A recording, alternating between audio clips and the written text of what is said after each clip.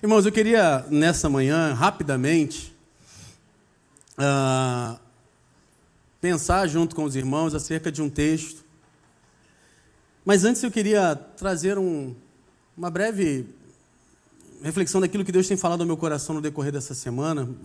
Não é a mensagem, mas eu estava lendo o texto de Romanos 14, quando o apóstolo Paulo fala para a igreja e tenta resolver uma questão que estava acontecendo na igreja, né? Haviam algumas pessoas que comiam carne, outras não comiam, se abstinham de carnes, outras que escolhiam dias sagrados, e havia divergência em relação a isso. E o apóstolo Paulo vai dizer: acolhei os fracos. Paulo sabia que estava acontecendo ali alguma coisa que poderia trazer prejuízo à comunhão cristã. E no verso de número 8, o apóstolo Paulo vai dizer: porque se vivemos, vivemos para o Senhor. Se morremos, morremos para o Senhor. Portanto, quer vivamos ou morramos, somos do Senhor. E aí ele vai dizer no verso de número 9, porque foi para isso que Cristo morreu, para ser Senhor sobre vivos e mortos. Existe muita coisa se levantando para dividir a igreja de Cristo Jesus. O que é que está no teu coração que tem impedido você de viver a comunhão dos santos? O que é que está no teu coração? Qual é? Você tem dado importância para quê? Paulo está dizendo: olha, comer carne ou não comer carne não anula o senhorio de Cristo. Interessante que Paulo, em outras cartas, ele é duro. Quando ele escreve a igreja da Galácia, quando escreve até a igreja de Corinto, a igreja de Colossos também, ele é duro em relação a isso. Ele vai dar uma palavra de condenação, porque ele sabia que ali era uma tentativa de deturpar a mensagem do Evangelho, mas a igreja de Roma não. Paulo vai dizer: acolhei. O que tem impedido você de manter comunhão com o teu irmão? Nós tomamos a ceia, participamos da ceia do Senhor aqui nessa manhã. O mesmo Paulo escreve à igreja de Corinto, no capítulo 11, ele vai dizer: vocês muitas vezes se juntam para comer e não é a ceia do Senhor. Cada um tinha uma ceia pessoal, própria, particular, porque havia divisão na igreja. Nós estamos vivendo tempos difíceis na igreja de Cristo Jesus. Tempos em que coisas sem importância têm tomado o lugar daquilo que é mais importante. Nós não estamos nos separando por causa de escolhas de candidato.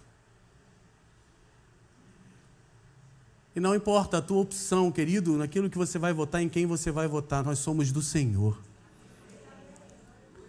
Para de julgar o teu irmão.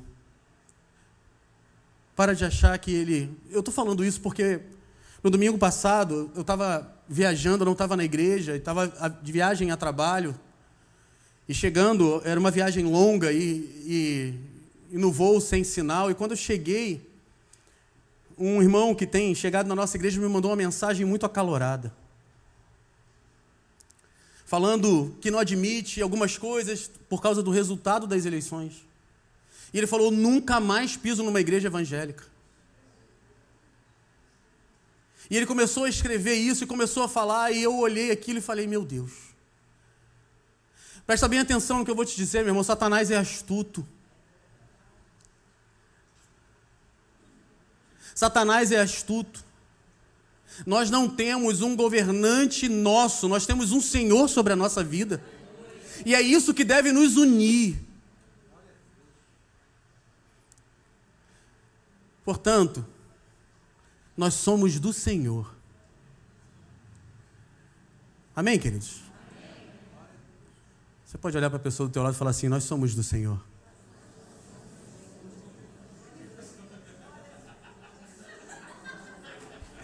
Irmãos, abra a tua Bíblia em Atos, capítulo 7, no versículo 9 ao versículo 10. Nós vamos ler só apenas 2 versículos, mas Atos, capítulo 7, é o discurso da defesa de Estevão, primeiro mártir cristão.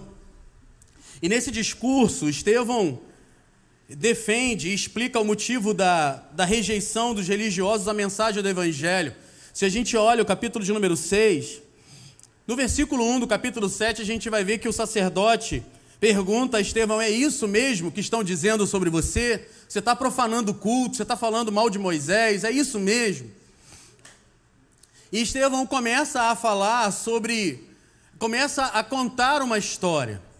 Estevão começa a trazer uma palavra. Então, a mensagem aqui, trazida por Estevão, é muito mais do que simplesmente uma peça jurídica em sua defesa. Estevão aqui, ele está trazendo a história da redenção, da mesma forma que Jesus fez no caminho para Emaús com aqueles discípulos que estavam desanimados, estavam cabisbaixos, e Jesus começa a explicar, e ele passa pelos primeiros, aqueles que foram chamados pelo Senhor, os patriarcas, depois passa pelos profetas. Jesus, então, ele vai trazendo toda uma história para dizer o seguinte: existe um projeto de Deus, existe um plano de Deus. As histórias narradas na Bíblia não estão desconectadas. É nesse momento, então, que Estevão começa a falar com aqueles homens que conheciam todas essas histórias, mas que não conseguiam conectar essas histórias com a história de Jesus, com o projeto de redenção, com o plano de redenção. Mas eu não vou, nessa manhã, me permitam apenas pensar aqui os versículos 9 e o versículo 10 dessa história. Porque o que Estevão vai começar a falar, ele vai passar por José. E é sobre o José que a gente vai falar aqui. Nesse discurso de Estevão, ele faz um resumo, né, daquilo que está registrado no livro de Gênesis, no capítulo 37 ao capítulo 50, a história de José. E no versículo 9 e 10, Estevão, ele vai falar algo interessante. Diz assim: os patriarcas, invejosos de José, venderam-no para o Egito, mas Deus estava com ele, e livrou-o de todas as suas aflições, concedendo-lhes também graça e sabedoria perante Faraó, rei do Egito, que constituiu governador daquela nação e de toda a casa real. Esses 2 versos apenas. Nós precisamos aqui olhar, e você conhece a história de José. Tem alguns crentes que a gente fala assim: você conhece a história de José? Aí a pessoa fala assim: aquele da novela? Não, irmão, é José da Bíblia. Aquele do filme, né? Não, não é.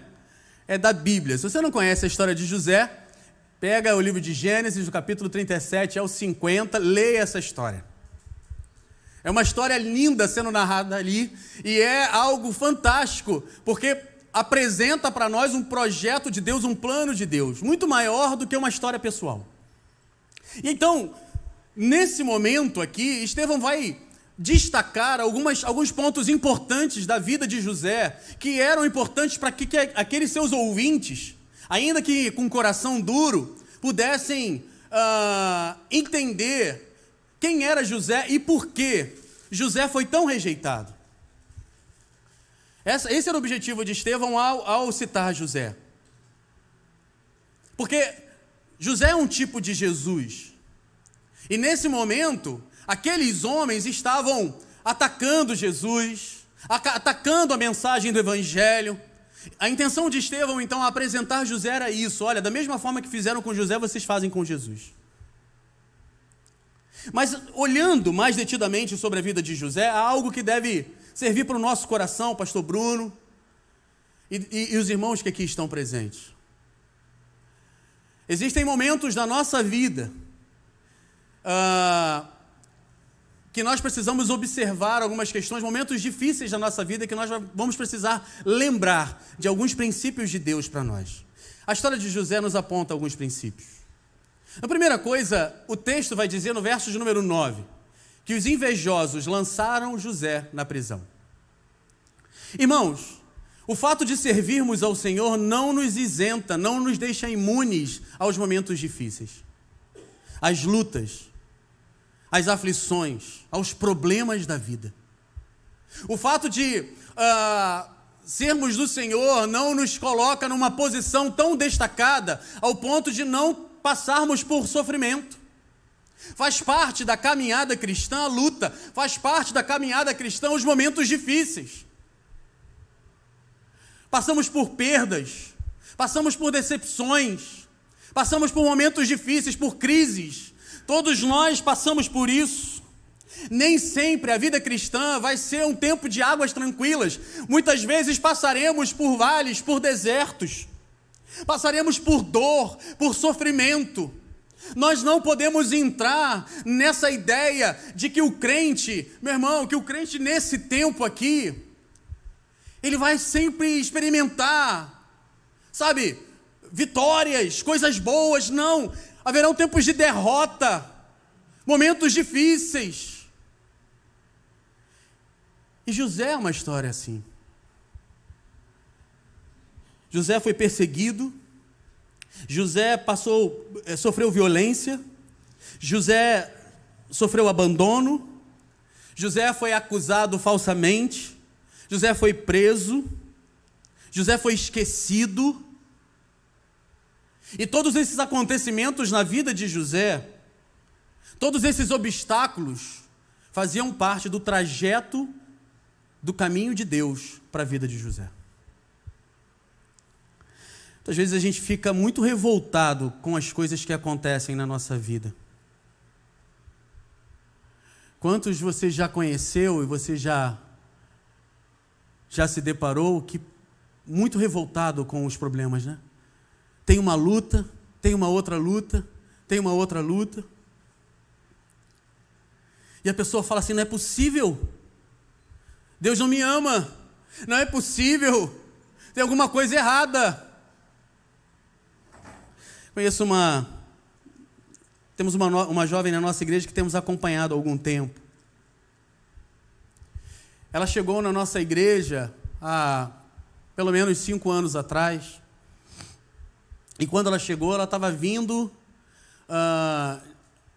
de uma perda muito importante na sua família. Sua mãe tinha acabado de falecer, acometida por um câncer. Uma morte muito dura. E ela chegou muito triste, e ali ela encontrou abrigo na casa do Senhor. E nós estávamos acompanhando aquela jovem. E ela, com as lutas dela, uma vida de muita dor, de muito sofrimento. E ela tomou a decisão por se batizar, de manifestar publicamente a fé dela. E nós então acompanhamos ela, trabalhamos a palavra de Deus e as suas convicções de fé. E nós então avançamos, a igreja entendeu que era aquele momento e ela foi batizada. 2 semanas depois do seu batismo, a sua irmã, mais nova que ela, contraiu uma meningite com tuberculose e faleceu do nada.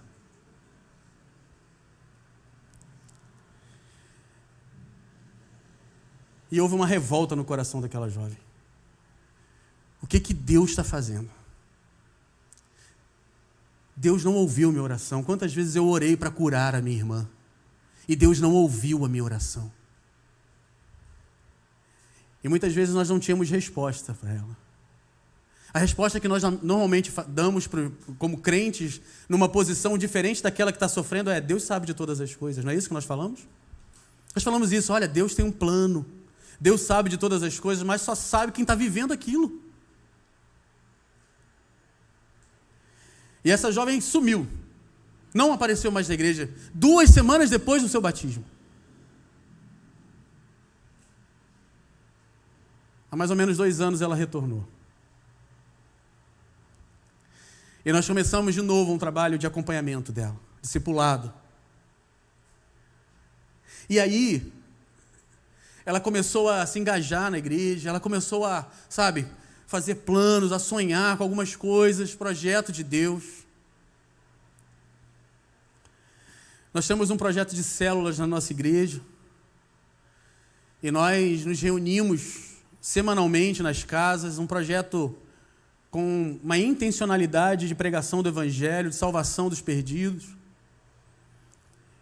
E o que nós estávamos vendo é que, além disso, nós temos um trabalho no morro, no bairro, Morro da Ilha da Conceição, e lá nós reunimos as crianças mensalmente para um trabalho de pregação do Evangelho, contação de história, pregação do Evangelho, e essas crianças têm chegado na igreja, chegam sozinhas, os pais não vão, e nós recebemos, às vezes, 20 até 30 crianças, 25 a 30 crianças da comunidade, Essas crianças são recebidas no culto à noite, elas têm a refeição delas, logo depois do momento de escola dominical, da classe à noite. Mas a gente estava percebendo que de um domingo a outro tinha muito tempo, e a gente entendia o seguinte: precisamos ter um tempo durante a semana com essas crianças. Mas elas moram no morro e é difícil o acesso, precisa de alguém para pegar à noite, não é tão fácil. E essa irmã que está chegando, ela falou: eu abro a minha casa. Eu abro a minha casa. E nós fizemos o primeiro encontro de células na casa dessa irmã. E no segundo encontro de célula, um dia antes, toda a sua fiação pega fogo. Ela perde um monte de coisa.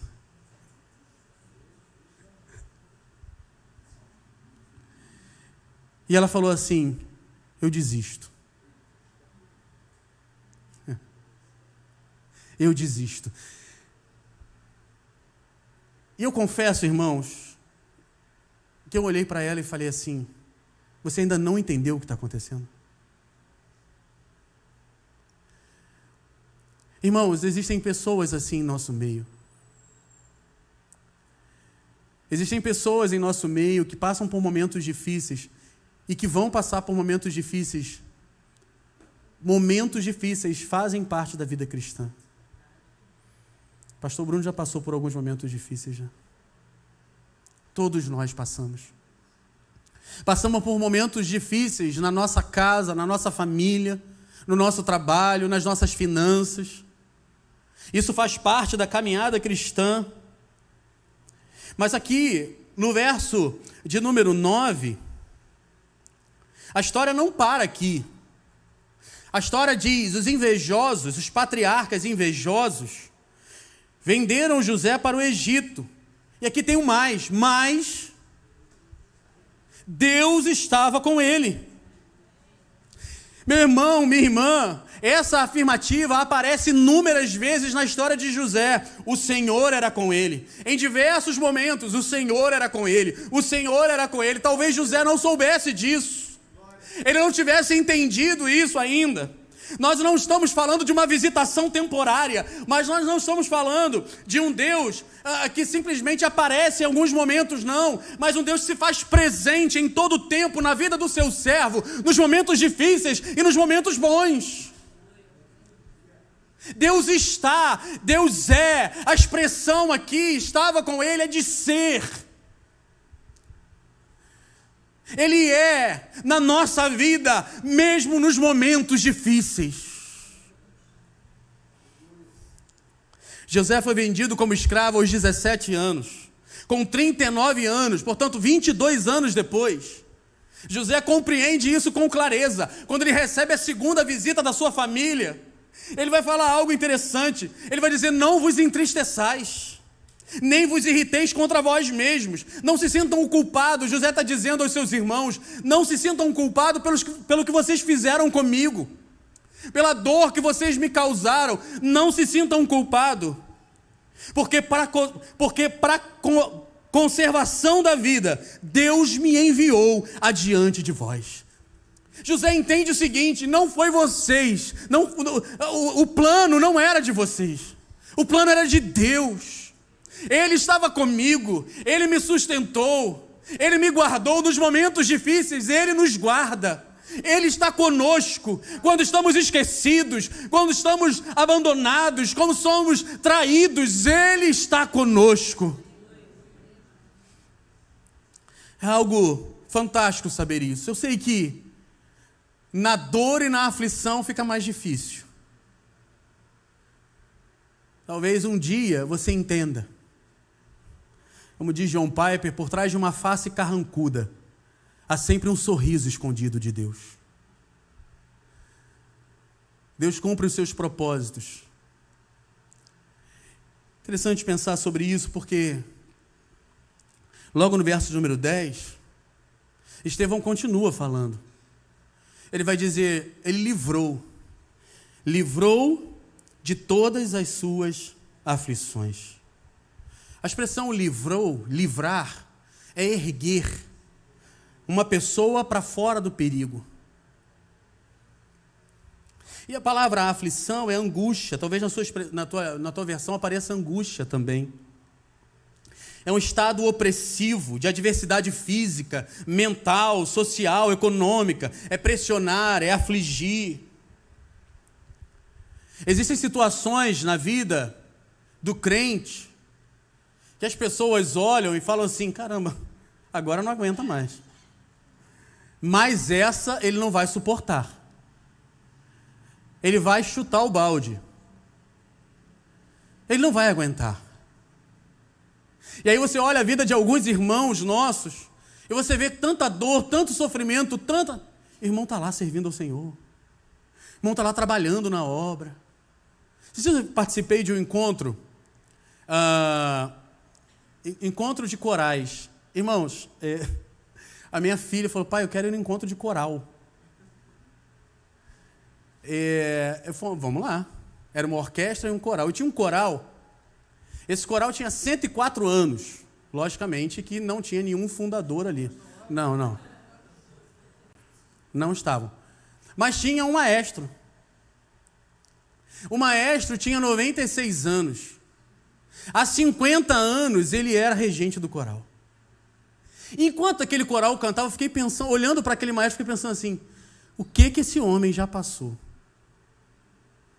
À frente desse coral, servindo ao Senhor, nesse lugar onde Deus o colocou, onde ele encontrou o seu lugar. 50 anos servindo ao Senhor, com 96 anos já podia dizer assim, olha, eu vou deixar para outro, né? Mas ele entendia o seu lugar ali, irmãos. Tem gente que não aguenta ficar 1 ano trabalhando na casa do Senhor. Já se aborrece, já quer ir embora, não quer mais saber de nada. O texto vai dizer que o Senhor livrou José, tirou José de uma situação de perigo. Imagina o José na prisão. Sai o copeiro, sai o padeiro, ó, lembra de mim, tá, beleza. E o tempo vai passando e José lá. Mas certamente José deitava e dormia, acordava, deitava, dormia, acordava. Porque o Senhor estava tirando, mesmo no momento de angústia, mesmo no momento de aflição, o Senhor colocou num lugar diferente. Se você olhar o texto de Gênesis, no capítulo de número 40, no verso número 7, José olha para esses homens, né, o copeiro e o padeiro, eles estão ali preocupados, tiveram um sonho perturbador. José olha assim, por que vocês estão preocupados? Eles estavam presos. E José fala, por que você está aflito assim? A prisão por si só já era suficiente para estar assim, preocupado. E José então consola aqueles homens. Eles estão assim, transtornados por causa de um sonho, mas a situação era uma situação já de angústia. Quem é que fala assim, estando preso injustamente, irmãos? No capítulo 50, no verso 15 até o verso número 21, a gente vai ver que José perdoa os seus irmãos e consola os seus irmãos depois da morte do seu pai. Irmãos, existem coisas que acontecem, eu converso muito com a minha filha sobre a realidade da igreja perseguida. E a minha filha às vezes pergunta assim, pai, como é que eles conseguem isso? Eu falei, minha filha, é o Senhor. É Deus que os faz triunfar, mesmo em meio à perseguição. Ninguém em sã consciência vai para um lugar. Recentemente nós vimos 2 irmãos queridos, amigos queridos, Lucas e Nemaida, indo para um lugar de extrema perseguição. Eles têm a certeza de que o lugar não é fácil, mas eles têm a certeza também da segurança que o Senhor dá, do cuidado do Senhor, da condução do Senhor. Nos momentos difíceis, o Senhor está conosco e Ele nos livra. E Ele nos tira da aflição. E agora eu quero terminar falando sobre algo que ficou claro na história de José e ele mesmo percebeu isso. A história de José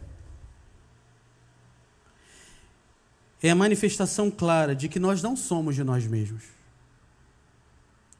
Nós somos do Senhor. A história não é de José, é a história de Deus. Alguns estudiosos costumam dizer o seguinte: Deus tem a sua história, que começa antes de Gênesis e termina depois de Apocalipse. Nós fomos inseridos nessa história de Deus. Não Ele entrou na nossa história. Não diz respeito a nós, diz respeito ao plano dele. José entende isso. José entende que estava sendo contada uma história e ele fazia parte dessa história, de uma história que não era dele, não dizia respeito à família dele, à casa dele, ao povo dele, ao triunfo, ao sucesso dele, não, mas à glória de Deus. Meu irmão, a tua história não tem a ver com você, a tua história tem a ver com a glória de Deus. Você precisa entender isso.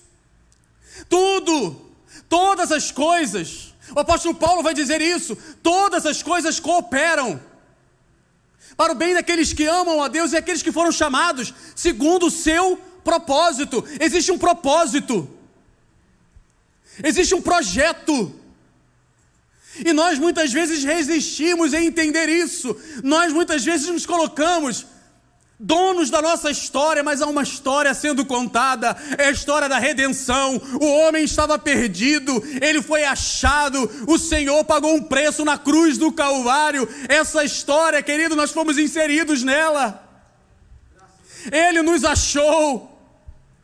Portanto, tudo que acontece, os momentos ruins, os momentos bons, contribuem para a história de Deus sendo contada. Nós somos do Senhor, meu irmão. Amém, queridos? Amém. Nós somos do Senhor. A nossa vida pertence ao Senhor. É sobre a glória de Deus. A virada da vida de José. A gente que canta, eu vou viver uma virada na minha vida. Logo depois de jogar uma Mega Sena, né? Aí sai de lá da loteria cantando, eu vou viver. Arrependido, irmão. A história, a virada da vida de José não era um golpe da sorte, não era uma coincidência, mas era o agir de Deus para cumprir o plano de redimir todas as coisas. José entende isso. Por isso eu fui lançado numa cova. Por isso eu vim como escravo. Por isso eu fui para a casa de Potifar, por isso eu fui para a prisão. As coisas estavam todas linkadas, as coisas estavam todas conectadas. E ele vai dizer, foi para a preservação do povo de Deus, porque ele prometeu aos antepassados que chamaria um povo, que seria seu, que glorificaria o seu nome, que espalharia a sua glória sobre a terra, porque esse é o projeto original. Quando Deus criou o homem, criou para que ele pudesse espalhar a glória de Deus sobre a terra. Mas o pecado entra e afeta, querido, esse projeto de espalhar a glória, a imagem e semelhança agora é manchada. E aí vem Cristo Jesus para restaurar todas as coisas. O projeto não mudou, o plano não mudou. Nós somos do Senhor. Todas as coisas, a história, a sua vida, as circunstâncias do teu nascimento, as circunstâncias da tua família, tem algo sendo feito. Deus está trabalhando, há um projeto de Deus em todas as coisas, amém, queridos? Amém. Precisamos entender isso. Se você ainda não entregou a sua vida a Cristo Jesus, saiba que Ele também quer que você entenda que a tua vida e a tua história faz parte de um projeto dEle.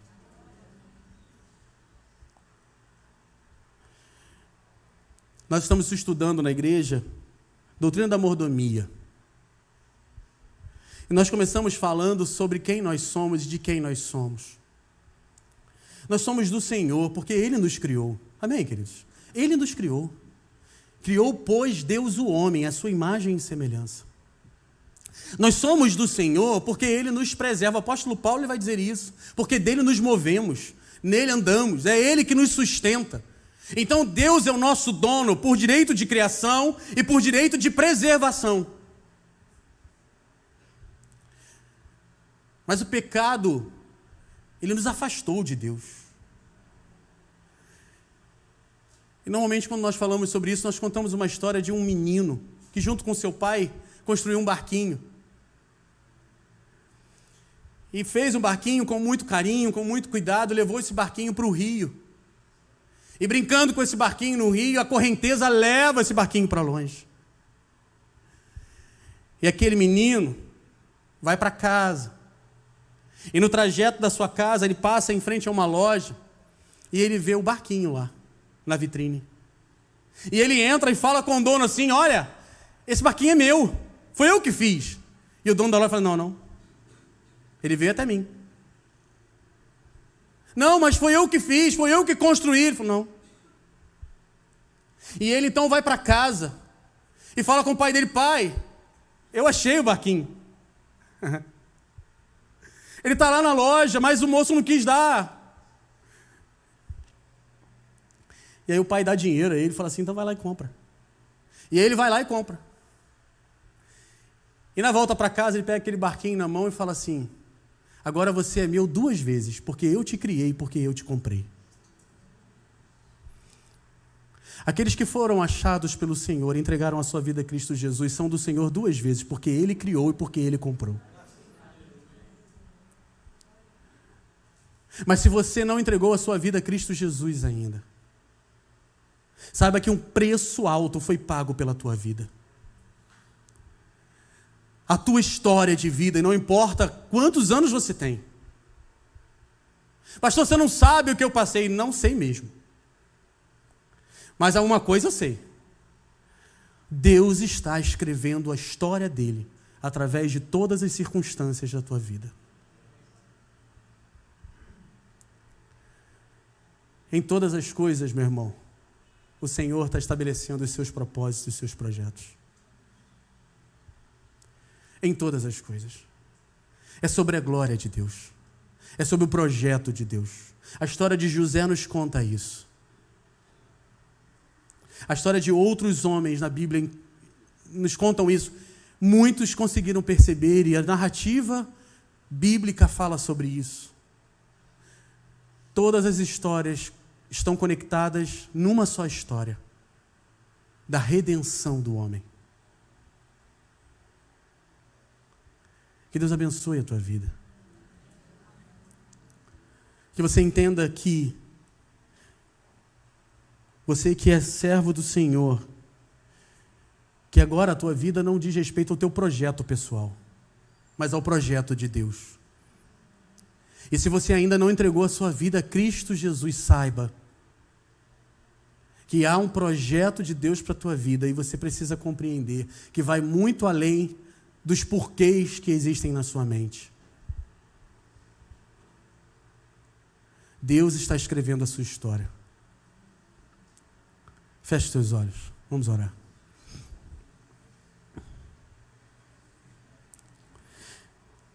Nesse momento de incertezas, nesse momento de mentiras, é uma verdade que precisa permanecer nos nossos corações: nós somos do Senhor. Quando as lutas vierem, quando as crises vierem, não se esqueça que Deus está contando a sua história e nós fomos inseridos nela. Quando somos bem-sucedidos em alguma coisa, não esqueçamos que somos dele.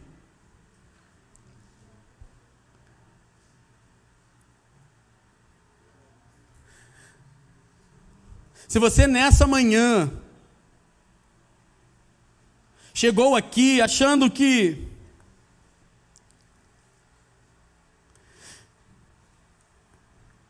a sua vida não faz sentido algum, que a sua história não faz sentido algum, querido, saiba que existe uma história sendo contada. Você só consegue olhar um pedaço, você só consegue olhar um cenário, mas há um cenário maior, há algo maior acontecendo. Há um projeto maior sendo estabelecido. E creia, entregue a sua vida ao Senhor Jesus e creia que Ele está construindo a sua história, estabelecendo os seus decretos, os seus propósitos. Um projeto que começa no Éden, que não mudou.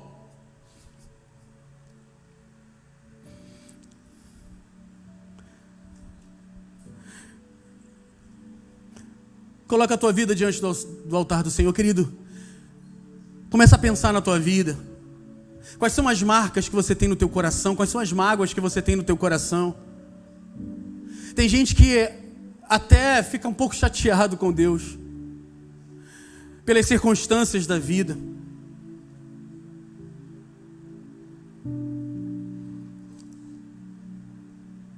É porque ainda não compreendeu que Deus está em todo o tempo movendo a sua boa mão no curso da história. É assim com o teu coração,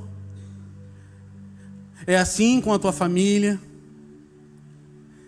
é assim nessa igreja, é assim nesse bairro, é assim nessa cidade, é assim nesse estado, é assim nessa nação. Ele está no controle de todas as coisas. Nós começamos essa programação cantando: Tu és soberano sobre a terra, sobre os céus, Tu és Senhor absoluto. Nós começamos falando sobre isso, mas no dia a dia nós nos esquecemos disso. Nós nos esquecemos da soberania de Deus. Nós deixamos de lado a soberania de Deus. Achamos o seguinte: não é o meu projeto, não é aquilo que eu achei que fosse. Os meus planos foram para passar naquela universidade, para fazer aquele curso, escolher aquela profissão.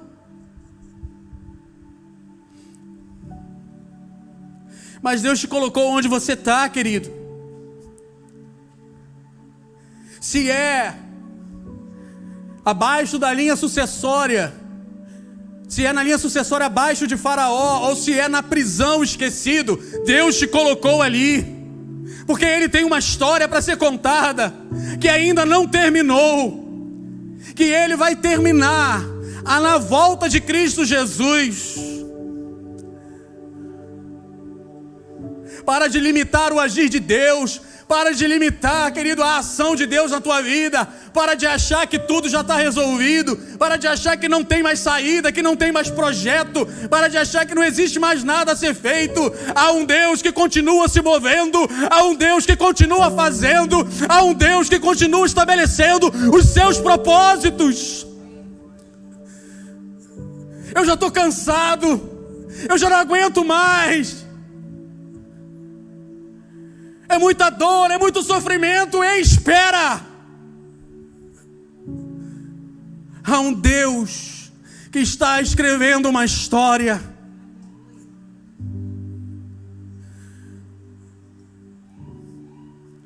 Não sei quais são as suas marcas. Não sei como está o teu coração. Mas não é momento, querido, de você achar que Deus se esqueceu. Há um Deus fazendo algo de extraordinário. Talvez você ainda não consiga ver. Mas Ele está fazendo.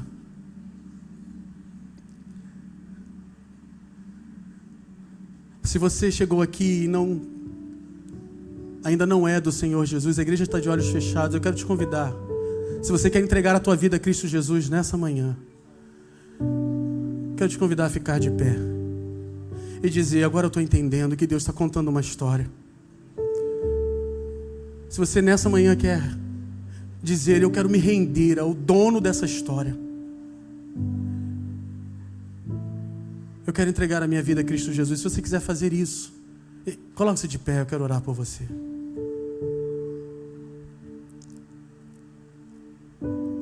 Mas se as suas angústias, você já é crente, as suas angústias, as suas lutas te fazem questionar, parar, angustiar o coração, entristecer o coração, ao ponto de você, eu carrego tantas marcas dentro de mim, eu carrego tantas coisas dentro do meu coração.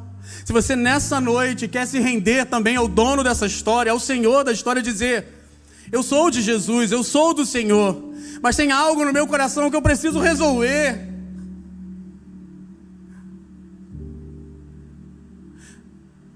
Se se você quer dizer, eu quero deixar com que Ele me apresente essa história, que eu acho que era a história da minha vida, dos meus sofrimentos, mas é a história dele. Se você quer firmar a tua aliança com Ele, firmar o teu compromisso com o Senhor Jesus, reafirmar aquilo que você fez no passado, coloque-se de pé também, nós vamos orar. Aleluia, louvado seja o nome do Senhor. Louvado seja o nome do Senhor. A tua história não acabou. A história do Senhor na tua vida não acabou. Louvado seja o nome do Senhor, aleluia. Mas alguém que quer dizer assim, eu sei, não foi fácil até aqui, mas eu reconheço que é a história de Deus e Ele ainda vai cumprir os seus propósitos. Louvado seja o nome do Senhor, aleluia, aleluia. Você que ainda não conhece o Senhor Jesus, você ainda tem tempo de fazer isso. Eu não vou chamar você a vir aqui na frente. Queria chamar o pastor Bruno para orar nesse momento.